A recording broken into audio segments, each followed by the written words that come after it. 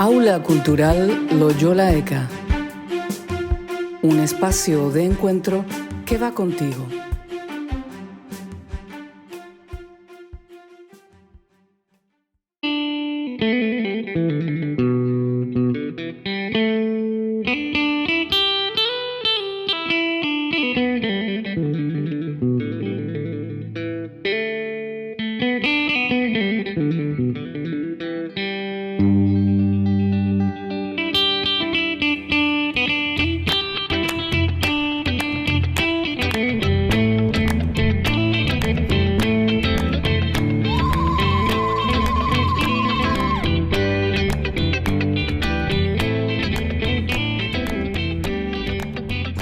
Hola, muy buenas tardes, bienvenidos y bienvenidas a nuestra aula cultural Loyola ECA. En este día de hoy, en esta tarde, nos vamos a centrar en el conflicto que está en la mesa en la actualidad, el conflicto saharaui. Para ello vamos a contar con Yumi Díaz, presidenta de la organización y asociación El Patio de las Culturas, y con Mustafa M. Lamin Ahmed. Mustafa nació en los campamentos de refugiados saharaui hace 40 años. Él es graduado en estudios hispánicos por la Universidad de Valencia y actualmente él es director de servicios jesuitas a migrantes de Valencia.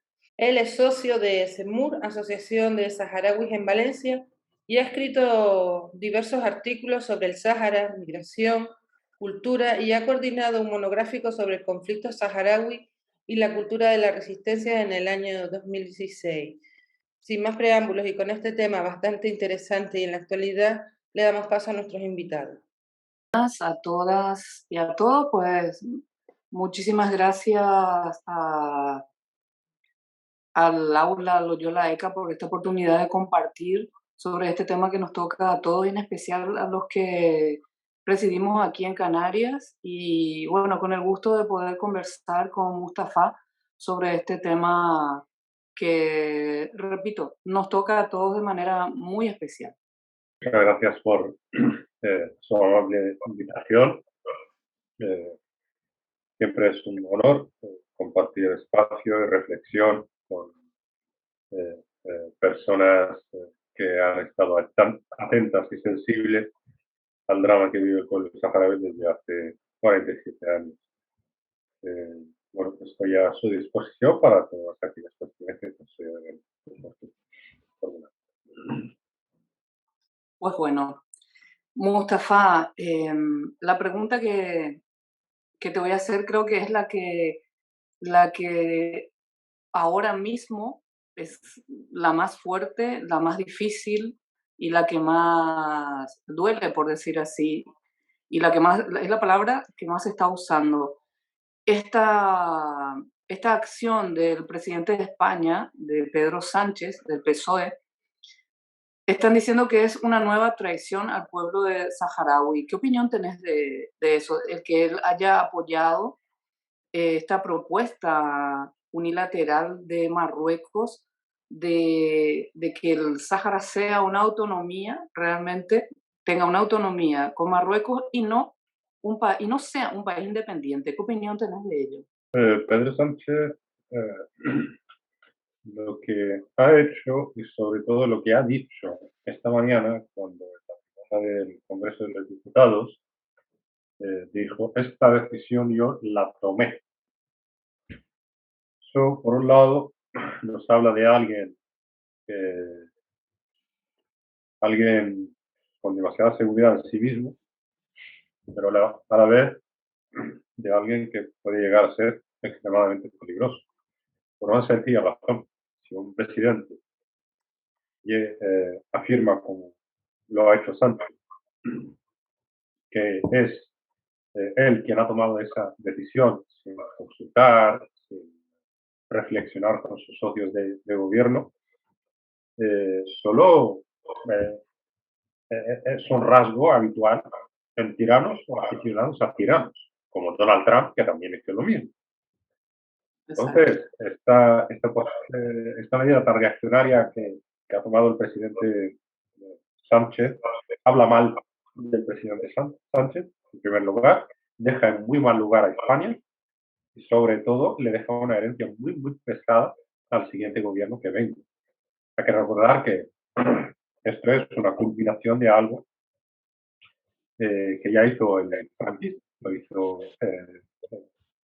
Arias Navarro, el presidente del gobierno de Arias Navarro, el último de la era de Franco, y Pedro Sánchez lo que ha hecho ha sido incluso hacer bueno a Arias Navarro, y eso es lo triste.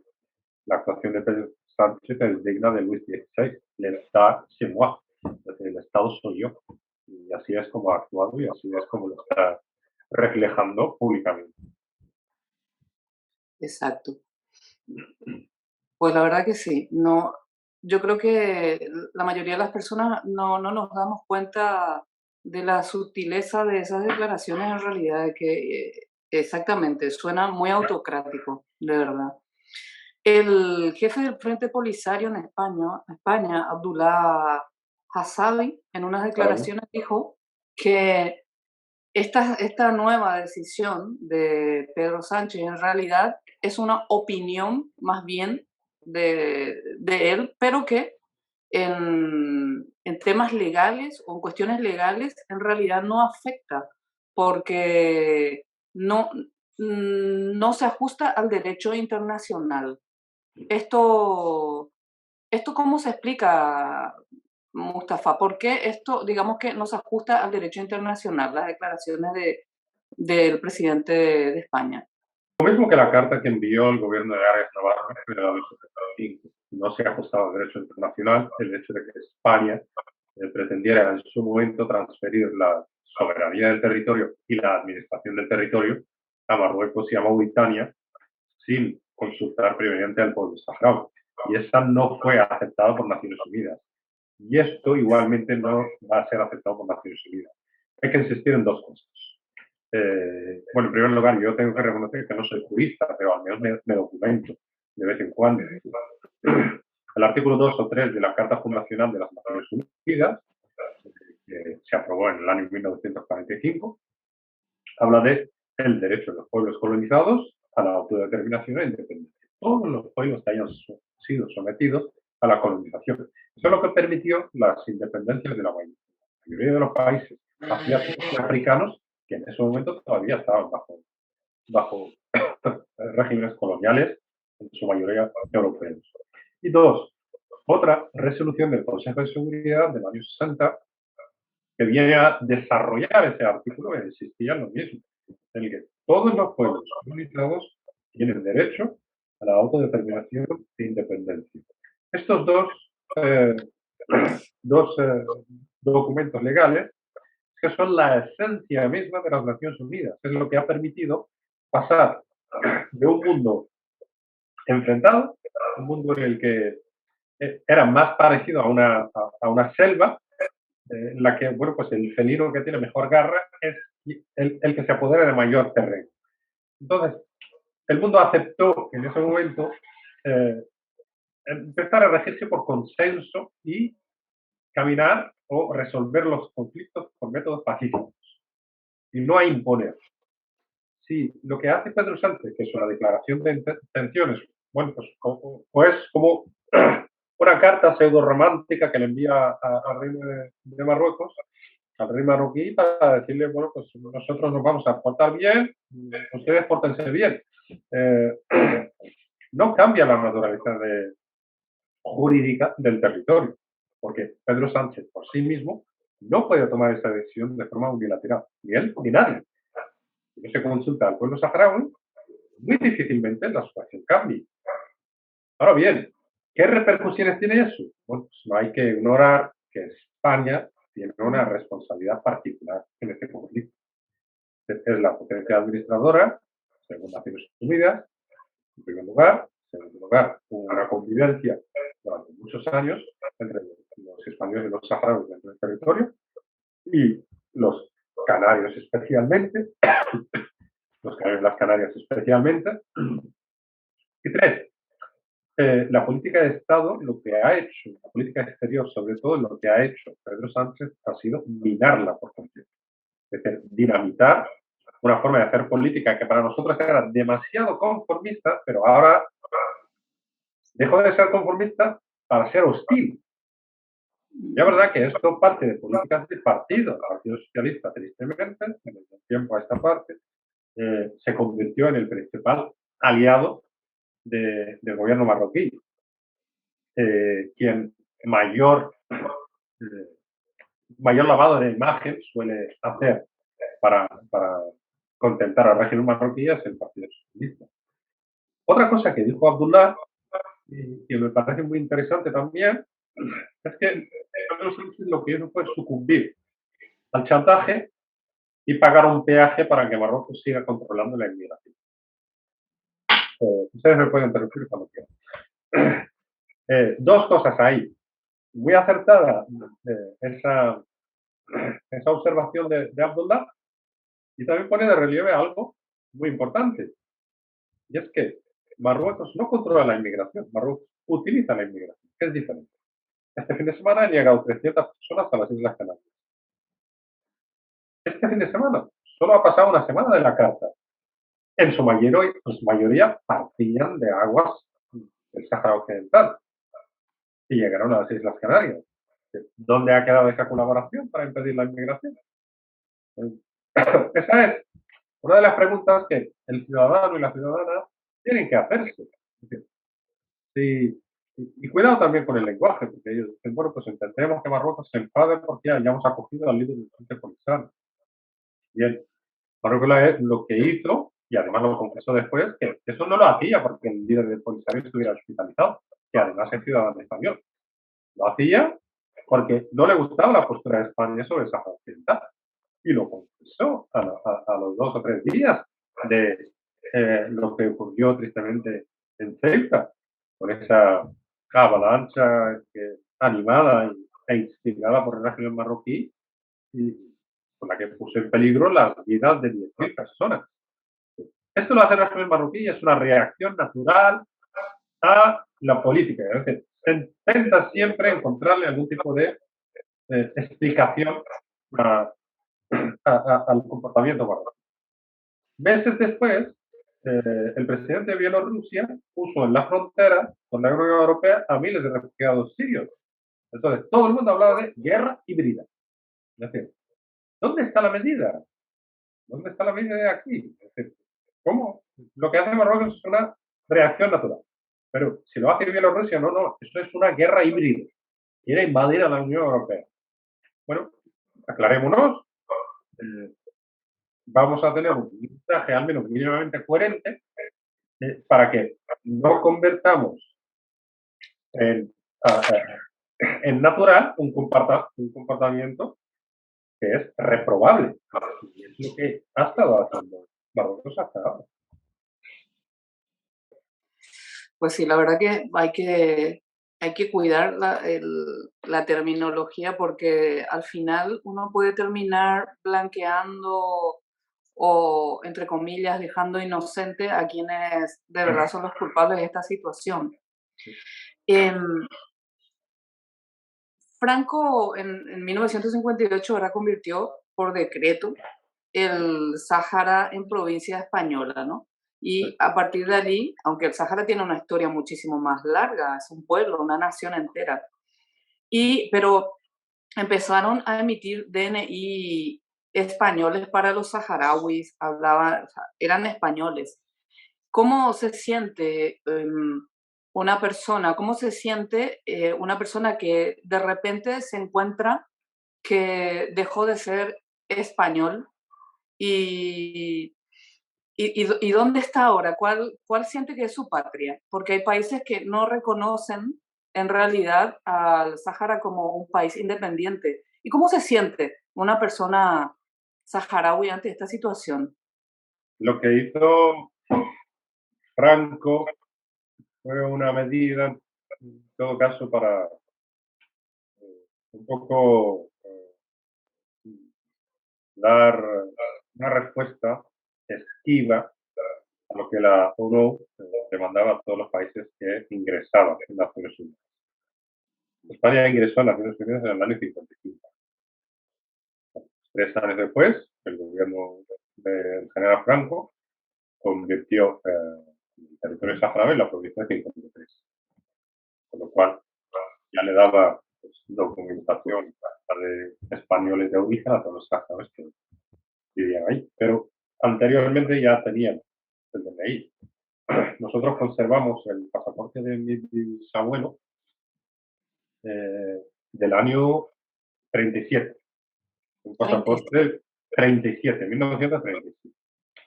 Un pasaporte emitido por la República Española. Entonces era todavía la República con el que mi bisabuelo viajó con el que hizo la peregrinación hasta la Meca y volvió, con ese pasaporte español. Y todavía lo conservan. Lo tienen mis primos en las zonas ocupadas y yo tengo aquí una foto. Mi madre nació española. Padre por nacimiento le correspondería, pero luego mis abuelos tuvieron que emigrar.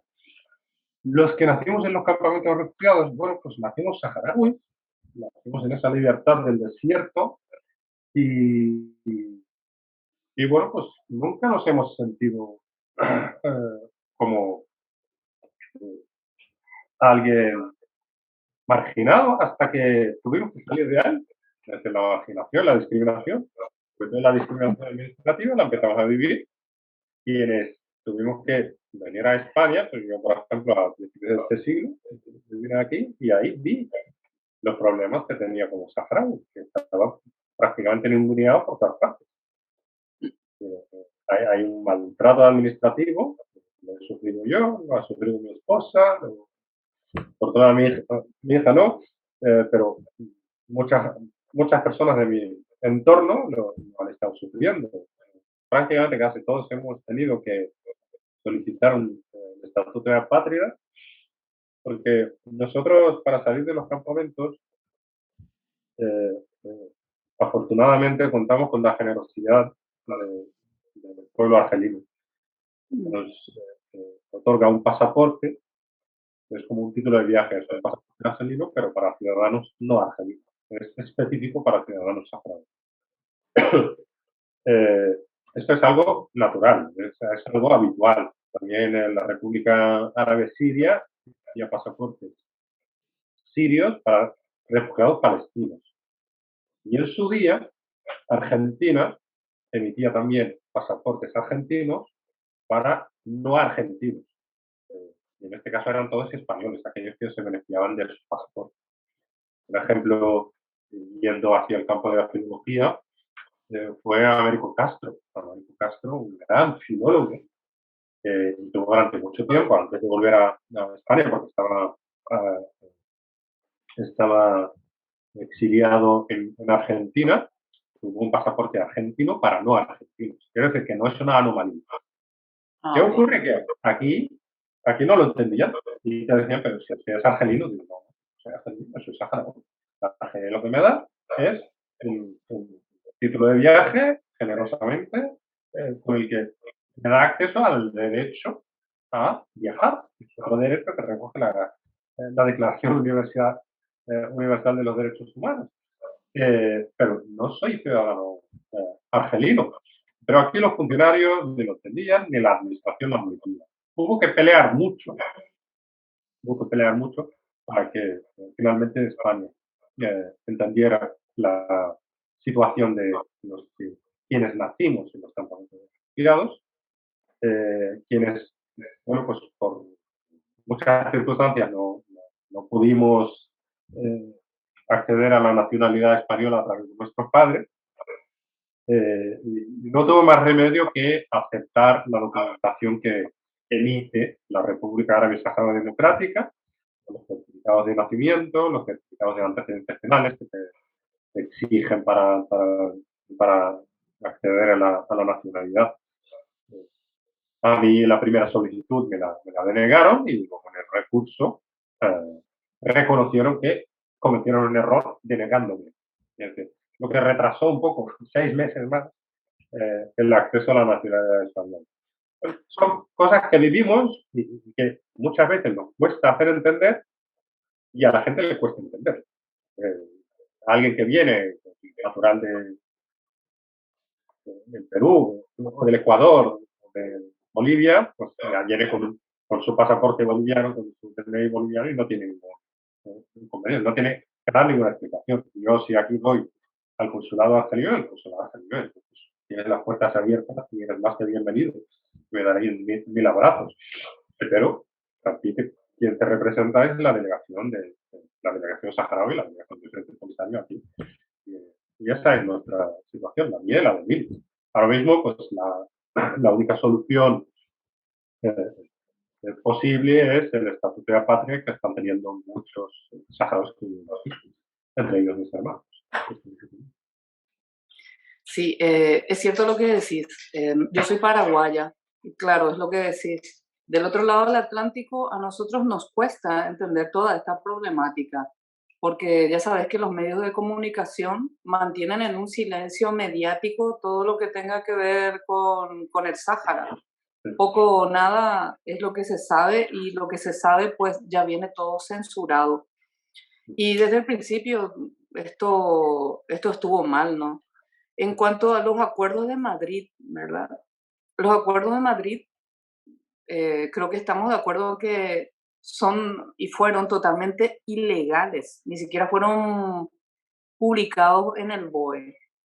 Eh, y en este sentido, de estos acuerdos en que el régimen franquista estaba debilitado, ¿a vos te parece que realmente allí actuó una geopolítica, por decir así, que estaban otros intereses de otros países, o solamente estuvo Marruecos presionando a España, o hubo otros países, otras potencias presionando en estos acuerdos de Madrid? Hubo otros actores muy significativos que jugaron un papel mucho más decisivo en ese acuerdo.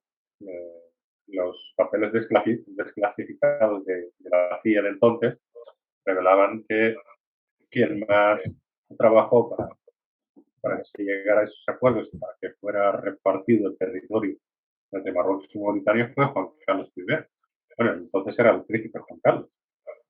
Se sabía que Franco estaba en su lecho de muerte, estaba ya moribundo. El gobierno franquista era muy débil, había mucha presión interna. España estaba más centrada en la política interna, paradójicamente, dejando que fuera algo interno también su provincia 53. Marruecos hábilmente implicó también a Mauritania en la jugada. Mauritania, yo entiendo que entró en el conflicto, sobre todo por razones de supervivencia propia.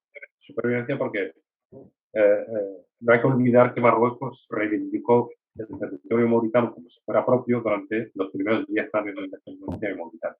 Se tardó 10 años en reconocer a Mauritania cuando Mauritania ya era un Estado soberano en Naciones Unidas, un Estado fundador de la Organización de Unidad Africana, y obstaculizó su entrada en la Liga Árabe, porque la Liga Árabe es totalmente insignificante y no tiene sentido que siga existiendo.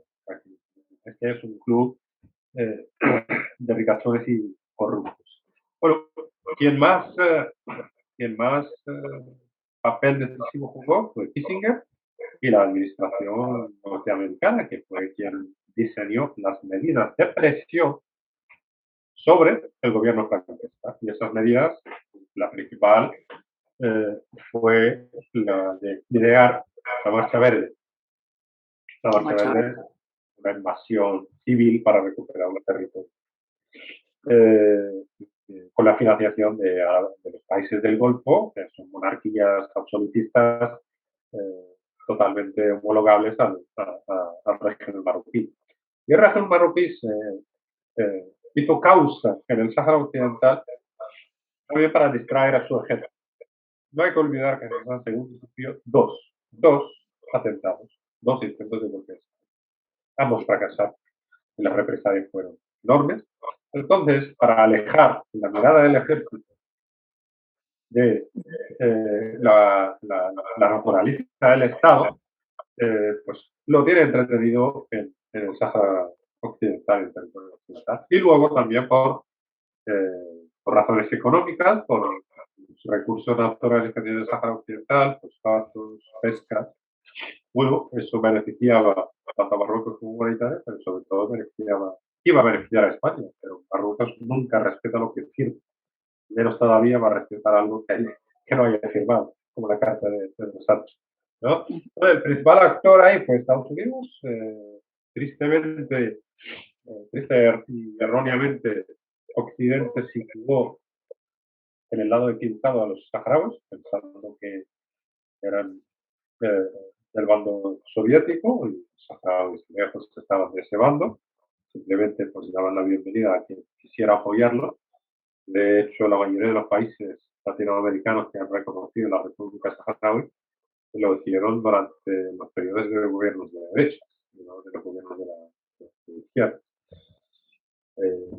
Y esa es la verdad. Entre Estados Unidos, Francia apoyó e intervino militarmente también en el conflicto, además bueno, pues,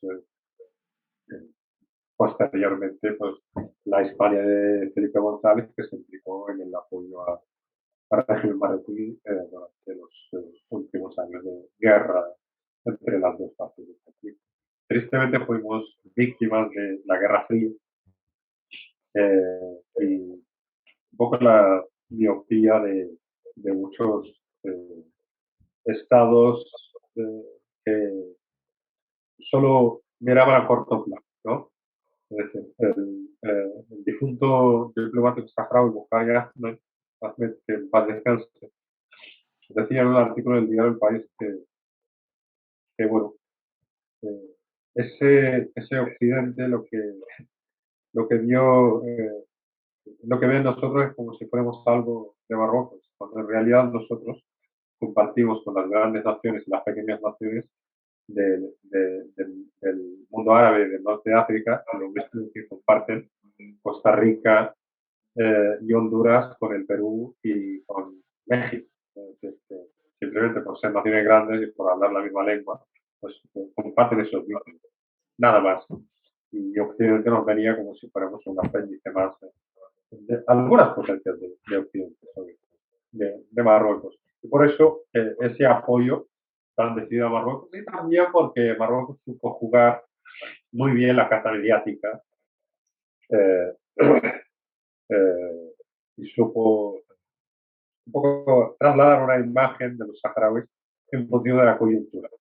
Durante la Guerra Fría, pues como comunistas, después del OCS como terroristas, que nadie se creyó, como islamistas, y nadie se creyó eso. Incluso Estados Unidos se reía en informes luego revelados por Wikileaks en el año 2010. Los funcionarios estadounidenses se reían de ese relato, de esa narrativa marroquí. Bueno, pues como víctimas de todos esos choques entre los dos bandos de la Guerra Fría, pues lo tuvimos que pagar y lo seguimos pagando, muy caro. En cuanto a la Marcha Verde, quería preguntarte, Sí. es una invasión, ¿verdad? Que por cierto, había banderitas, muchas banderitas estadounidenses, ¿no? Estados Unidos, de Arabia Saudí. Sí. La Marcha Verde se llama Marcha Verde, quiero que me lo confirmes, de ser así. Se llama así por el libro del Corán, por el Corán. Bueno, pues el color verde es prácticamente el color del Islam. Si te fijas, la mayoría de los países musulmanes o tienen una franja verde o la bandera es completamente verde. Y de 350.000 fue por una cantidad, digamos que casi simbólica, porque la cantidad de nacimientos en Marruecos. ¿Qué hay de cierto en esto? ¿O simplemente son cosas que se dicen? Eso fue un gran despliegue mediático porque la Marcha Verde se anunció el 6 de noviembre, creo recordar, del año 75. El 31 de octubre, por la zona este del Sáhara Occidental, en la frontera con Marruecos, el Frente Polisario, detuvo ya a los primeros soldados marroquíes que entraron en el país. Es decir, una semana antes, mientras el mundo estaba centrado en la supuesta Marcha Verde, los soldados marroquíes ya habían entrado por otra parte. Es cierto, Y es cierto. fueron detenidos, algunos de ellos detenidos y alcanzados por la resistencia de saharaui en ese momento. Fue un gran despliegue mediático. Quiso repetirlo, por ejemplo, en Ceuta, pero le salió mal la jugada, pero es algo parecido. Es decir, jugamos con los hambrientos y los matados. Y de hecho, los civiles, algunos de ellos, los que entraron en el territorio, entraron como 5 kilómetros y volvieron. Mm. ¿Por qué? Porque aquí en España lo había sembrado de vida. Hay unas declaraciones que hace Noam Chomsky, que es un lingüista y politólogo estadounidense, ¿no? En el New York Times dijo esta declaración, hablando del expresidente de Estados Unidos, ¿no? El presidente Trump ha revelado, dice, una vez más su desprecio por el derecho internacional y los derechos humanos básicos al reconocer oficialmente la ocupación criminal y brutal del Sáhara Occidental por Marruecos. Y continúa, dice, ha sido claramente un regalo para Marruecos a cambio de su aceptación de la solicitud de Trump de reconocer la ocupación criminal y brutal también por Israel de Cisjordania, Palestina. ¿Te parece que estas declaraciones se ajustan a la verdad de que realmente es un regalo el que le hizo Trump a Marruecos con esto?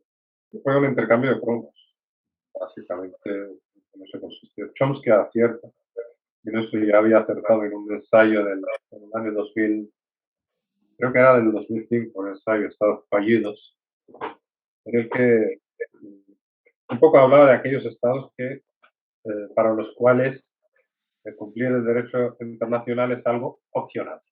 Es decir, es obligatorio para todo el mundo, pero es opcional para mí. Entonces, para mí y para mis socios es opcional. Para Estados Unidos y para sus protegidos, Israel y ahora Marruecos, pues es opcional que cumplan o no el derecho internacional. Es muy acertada esa opinión de Chomsky porque, a ver, Marruecos ya mantenía relaciones con el Estado ocupante de Israel desde hace muchos años. Y de hecho, el ministro de Exteriores marroquí, cuando fue preguntado por la prensa árabe por qué han naturalizado la relación con el Estado ocupante cuando hay un consenso en el mundo árabe y musulmán de que hasta que no se respeten las fronteras del año 67 no hay y se lleve a cabo la solución de los dos estados, no hay reconocimiento posible. Fue la oferta de la Liga Árabe del año 2002, de la que se han apartado algunos estados, unilateralmente han reconocido a Israel. Él dijo, no, nosotros no hemos naturalizado nada, simplemente hemos puesto en público una relación que siempre ha existido. Y siempre hemos tenido coordinación, siempre hemos tenido buenos lazos, hay miles de marroquíes que viven en Israel, judíos de origen marroquí, siguen manteniendo la lengua y bueno, pues nosotros, hay muchos judíos viviendo en Marruecos y lo que hemos hecho ha sido simplemente bueno, pues revelar en público lo que siempre ha existido. Tampoco ha conseguido demasiado Donald Trump en eso. Sí, un poco. No sé si Donald Trump, más Donald Trump, o el yerno de Donald Trump, que es quien estaba realmente detrás. Inhofe, el senador Inhofe, republicano, muy cercano a Trump, lo que dijo fue que con esta decisión, aunque él saludaba que Marruecos reconociera a Israel, le parecía que quien haya asesorado, que el presidente Trump fue muy pobremente asesorado al reconocer Sáhara como parte de Marruecos. Hasta dentro del Partido Republicano hubo contestación contra esa decisión de Trump. Fue el que era su consejero de seguridad, John Bolton. John Bolton no es precisamente un comunista. John Bolton lo que dijo es que era la decisión más equivocada y más injusta de las que ha habido. Sobre todo porque él como ayudante de James Baker, el secretario de Estado, durante el primer Bush, eh, fue de los que elaboraron las primeras resoluciones del plan de arreglo firmado por las dos partes, el Frente Polisario y Marruecos. Él fue de los que trabajaron, y además lo decía con mucha ilusión, porque veían una salida pacífica al conflicto. Y era el consejero de seguridad de Donald Trump, que es el consejero de seguridad, es una persona con mucho poder, con muchos conocimientos.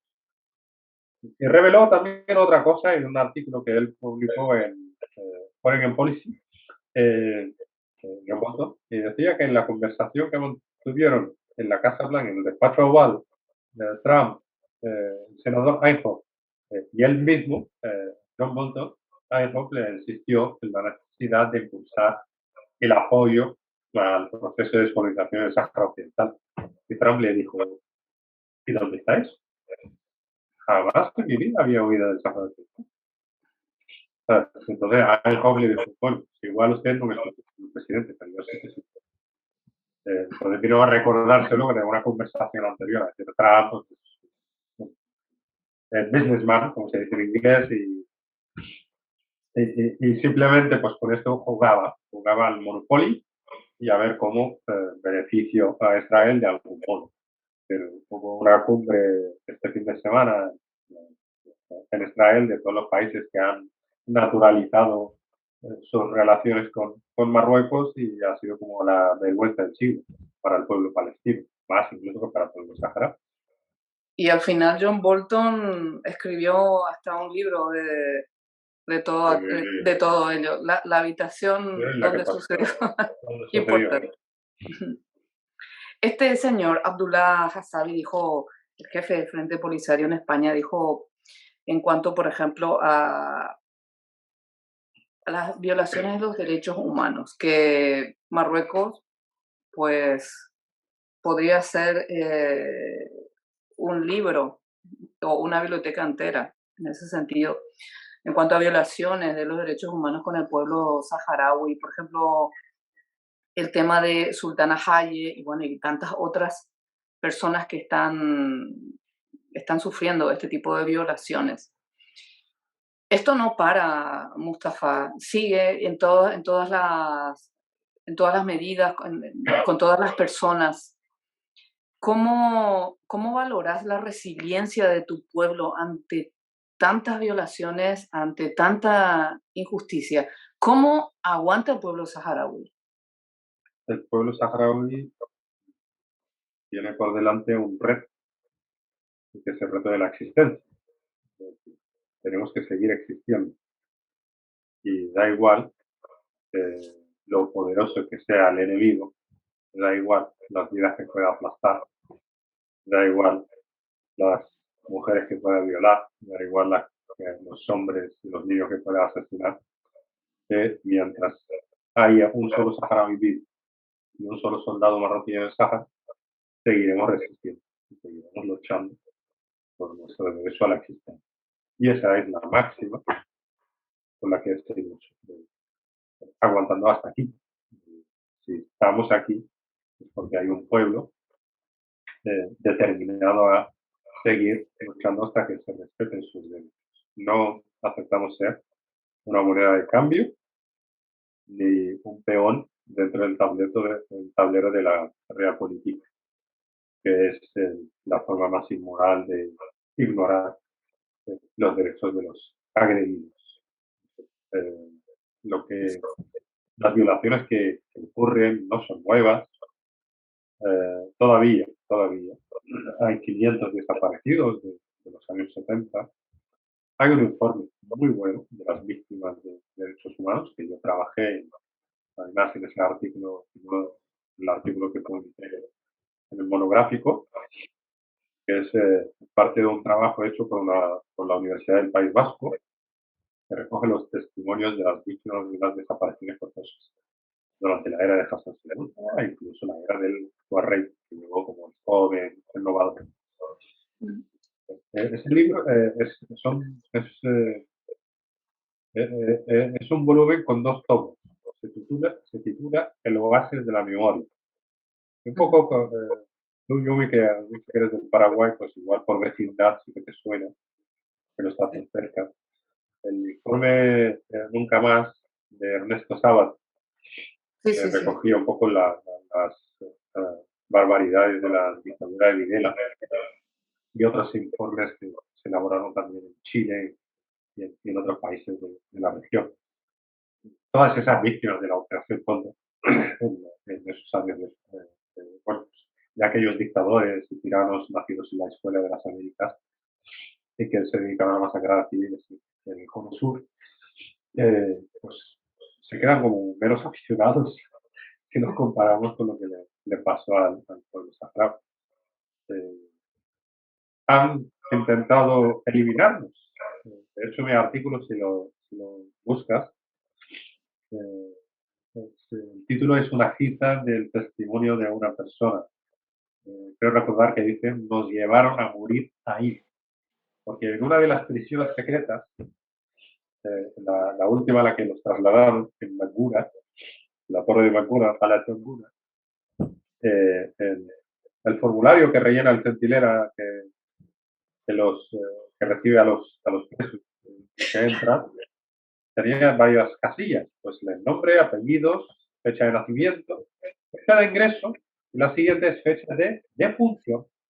Es decir, lo llevaban a ese centro secreto con el ánimo de dejarlos morir ahí. Amén de las cosas comunes, amén de arrojar a personas desde aviones y helicópteros, amén de asesinar impunemente, de fusilar, enterrar cosas en pleno desierto, etcétera, etcétera. La lista es muy larga y a pesar de eso, todavía no sé. Estas cosas impactan. Estamos, a veces de tanta violencia parece que nos acostumbramos, pero lo bueno que tenemos los seres humanos que somos seres humanos y cuando hablamos, cuando nos acercamos, nos damos cuenta de que las violencias, cualquier tipo de violencia es horrible, realmente es inhumano. Y por ahí dicen que para bestializar a una persona, para inhumar, entre comillas, a una persona, primero uno tiene que bestializarse a sí mismo. Sí, sí, sí. Así es Totalmente que de acuerdo.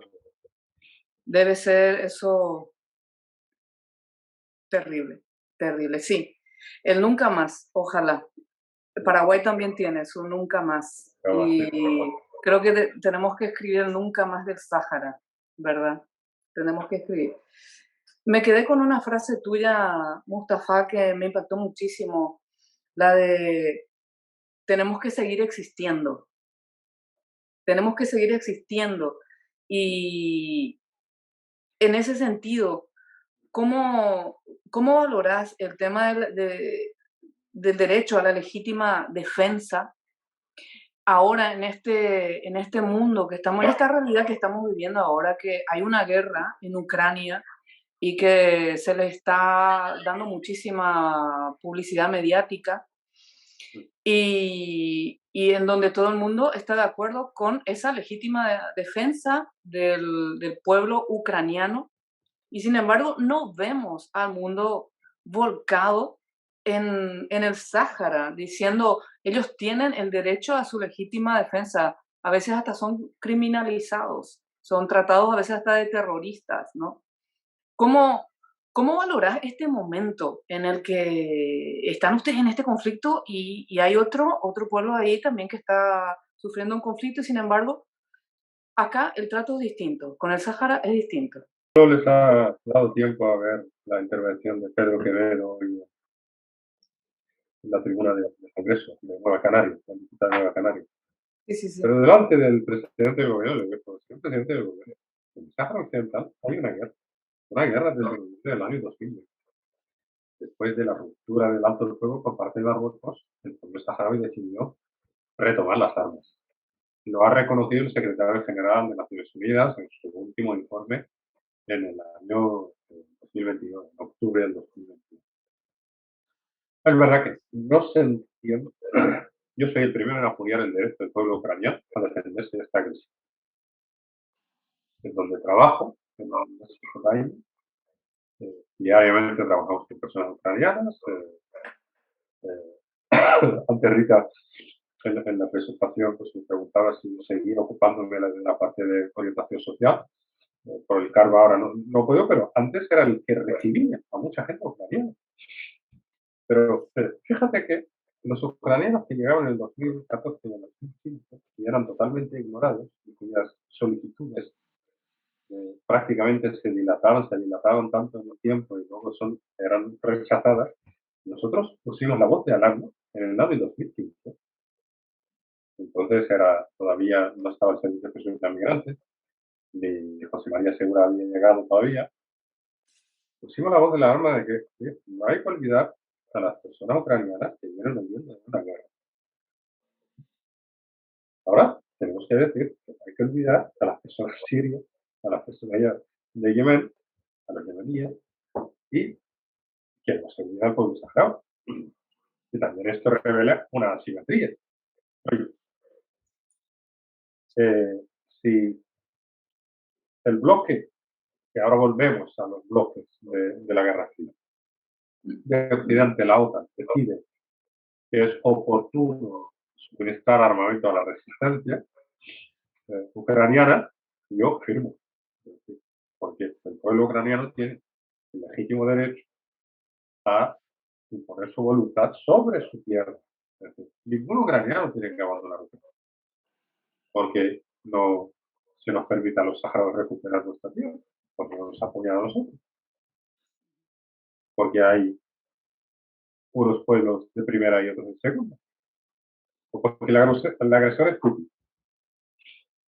Entonces, si Putin llega a invadir el Sáhara Occidental, yo creo que al día siguiente ya está dándole armamento a todos los combatientes del Ejército de Liberación Popular Saharaui. Si es Nicolás Maduro el que nos invade, pues ya en 2 minutos el Sahara es independiente. En 2 minutos. Pero claro, como nos invade un Estado servil, un Estado caprichoso, que siempre pretende salir con la suya y es amigo de Occidente, no, aquí hacen una excepción. Y por esa regla de 3 quieren convertirnos a nosotros en una extrema excepción dentro de aquellos pueblos que fueron colonizados. No podemos seguir con su. No podemos. Y evidentemente la lucha armada va a continuar. Una charla súper interesante, estoy aprendiendo un montón. Y desde ya te agradezco mucho.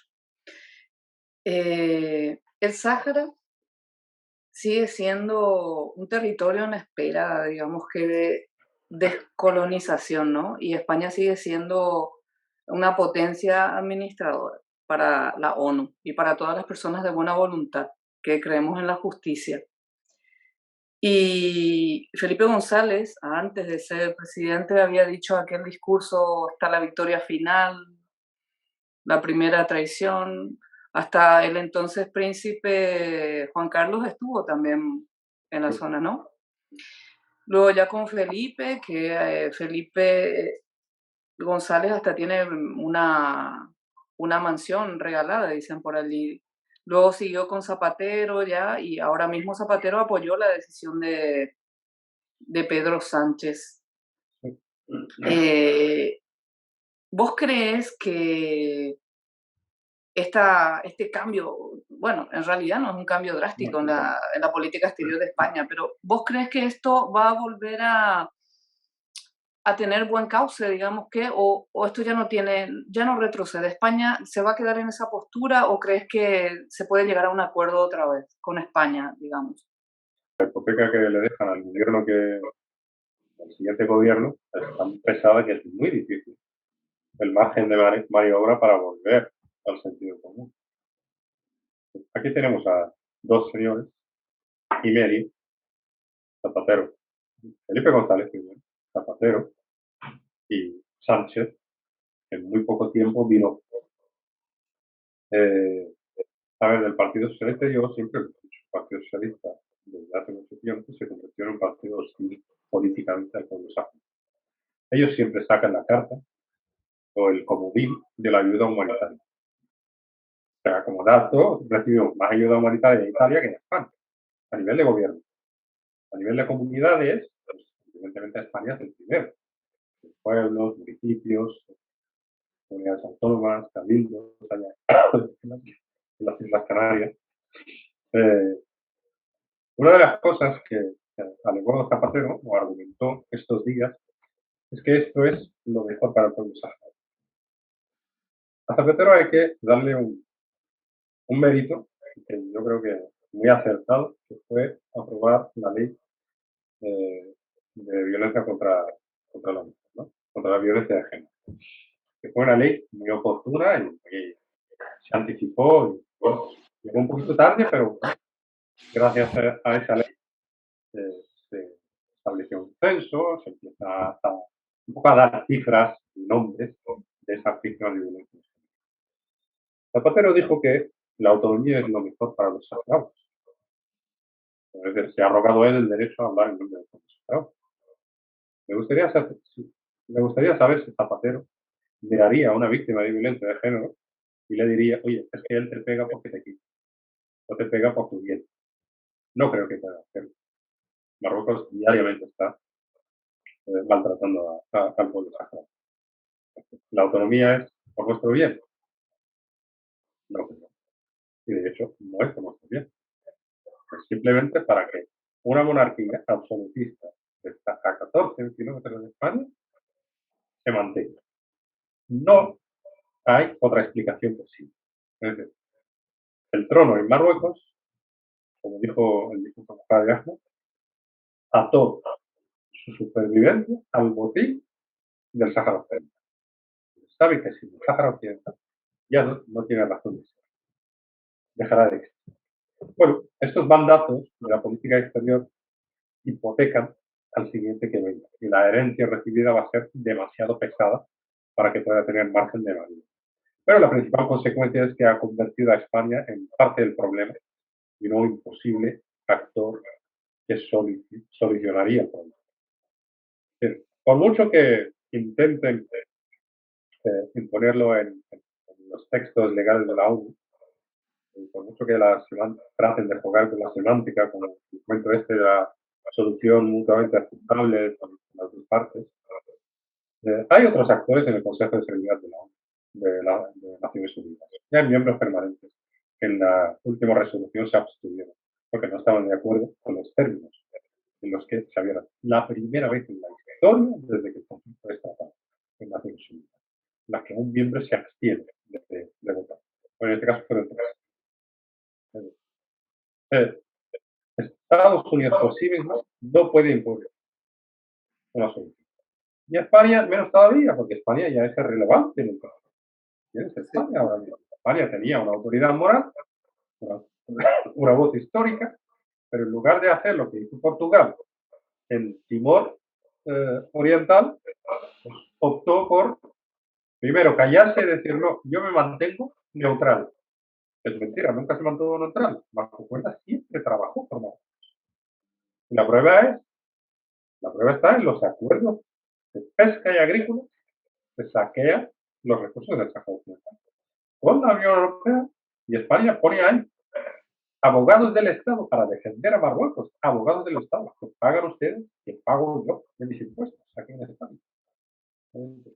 El PAC siempre trabajó por Marruecos, pero ahora ya lo está diciendo públicamente, que por tanto se excluye. Y es triste que no sea España, que sea un individuo con delirios de grandeza como Pedro Sánchez, el que está hipotecando la política exterior para muchas generaciones y sobre todo, ojo, y esto no me ha dado tiempo a decirlo, es que le está dando carta de naturaleza al chantaje como mecanismo de política exterior, como un mecanismo de relaciones entre dos estados. Y ojo, como he dicho antes, Marruecos no respetó ninguno de los acuerdos que firmó. ¿Cómo va a respetar algo que no firmó nunca? Es decir, voy a respetar las aguas de Canarias, voy a respetar la soberanía sobre Ceuta y Melilla, eso Marruecos no lo va a decir en la vida. Esto es lo que están vendiendo y tristemente no está llegando. No lo va a respetar en la vida. De hecho, en el artículo 42 de la Constitución marroquí se recoge Para Foguera, el rey es el garante de la unidad territorial del Estado y de las fronteras auténticas del reino. Esta es la traducción que hizo Marruecos. Yo consulté a profesores de traducción e interpretación sobre el original en árabe. El original en árabe puede ser traducido también como las fronteras a las que tiene derecho. ¿Dónde están esas fronteras? ¿Dónde llega? Ese es el problema. Ya vimos los primeros coletazos con las aguas canarias. Oye, Pedro Sánchez lo que ha hecho ha sido decirle, tú sigues chantajeando, que España seguirá cediendo y a saber dónde llega. Bueno, se nos están acabando los minutos, Mustafa. El Sáhara Occidental es un pueblo muy lindo, muy luchador. Gracias. Para todos un ejemplo de resiliencia, de valentía. Está en la región del África Occidental, en el norte, tiene costa con el Atlántico y al norte limita con Marruecos, al sur con Mauritania, al este con Argelia, al oeste con el Atlántico Norte, y es ahí donde nos tiene a las Islas Canarias como vecinos. Desde este país tan resiliente, tan luchador, que, como dijiste vos, en la ficha en la que ponían nombre, apellido, región y al final fecha de deceso, porque dijiste, nos llevaron a morir ahí y sin embargo viven, sin embargo existen. ¿Cuál es tu mensaje final para el mundo desde esa fuerza y desde ese sueño y desde que el Sáhara llegue realmente a ser un país independiente, un país soberano, que lo es en realidad, pero que pueda lucir su bandera libre en el mundo? ¿Cuál es tu mensaje, Mustafa? El mensaje es que yo soy musulmán, pero creo mucho en las preferencias apostólicas universales de la Compañía de Jesús. Y una de ellas es caminar junto con los excluidos. El pueblo saharaui ha sido excluido. El pueblo saharaui lo que quiere es que haya alguien que camine junto a él.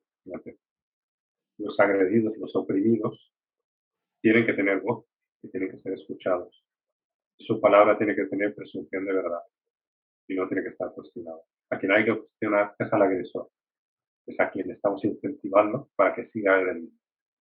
Es lo que le pido a la ciudadanía, a las canarias y a los canarios, que sigan con su apoyo, que presionen a sus representantes, sobre todo los del Partido Socialista, para que reprueben esta decisión de un tirano como es Pedro Sánchez. Gracias por esta oportunidad de poder dirigirme a tanta gente. Gracias por tus palabras. Agradezco enormemente el interés y la sensibilidad que siempre se ha puesto desde Canarias para recibir con los brazos abiertos a miles de saharauis y para dar apoyo político, moral y también apoyo humanitario a miles de refugiados y a esta causa justa que está siendo tan maltratada en tiempos en los que el mundo quiere acabar con las injusticias, como estamos viendo en otra parte. Pues de mi parte ha sido todo un honor compartir contigo y por haberme dado la oportunidad de conocer más sobre esa cultura, ese país, esa nación. De mi parte, muchísimas gracias, Mustafa. Gracias a ustedes. Muchísimas gracias, Mustafa. Muchísimas gracias, Yumi. Y gracias a todos y a todas por estar aquí en esta charla y les espero en la próxima charla del Aula Cultural Loyola ECA.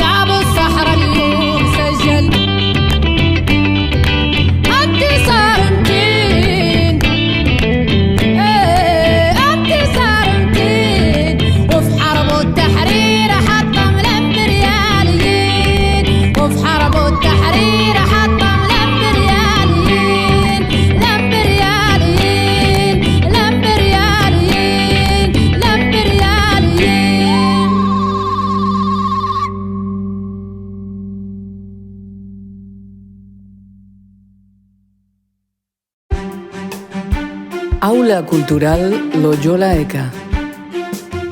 Un espacio de encuentro que va contigo.